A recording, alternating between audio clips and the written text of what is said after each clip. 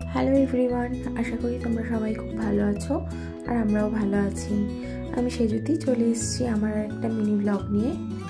তো কানাডাতে এখন বেসিক্যালি সামার চলছে, তাই এত সুন্দর সুন্দর ফুল চারিদিকে ফুটে রয়েছে। কিন্তু দুঃখের বিষয় এগুলো আর বেশি দিন থাকবে না, কারণ আর 1 মাস হয়তো এখানে সামার থাকবে। তারপর থেকেই এখানে ফল স্টার্ট হবে, আর ফল স্টার্ট হলেই গাছের পাতা হলুদ হয়ে এই ফুলগুলো সব ঝরে পড়ে যাবে, আর তারপরেই আসবে উইন্টার, পুরো ঢেকে যাবে বরফে।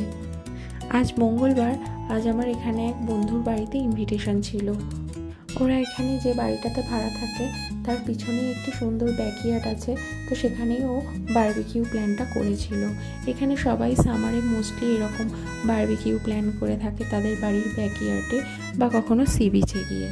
ওর মেনুতে ছিল কর্ন, পনির, প্রন আর চিকেন, আর এছাড়া নান, কোল্ড ড্রিঙ্কস এগুলো তো ছিলই।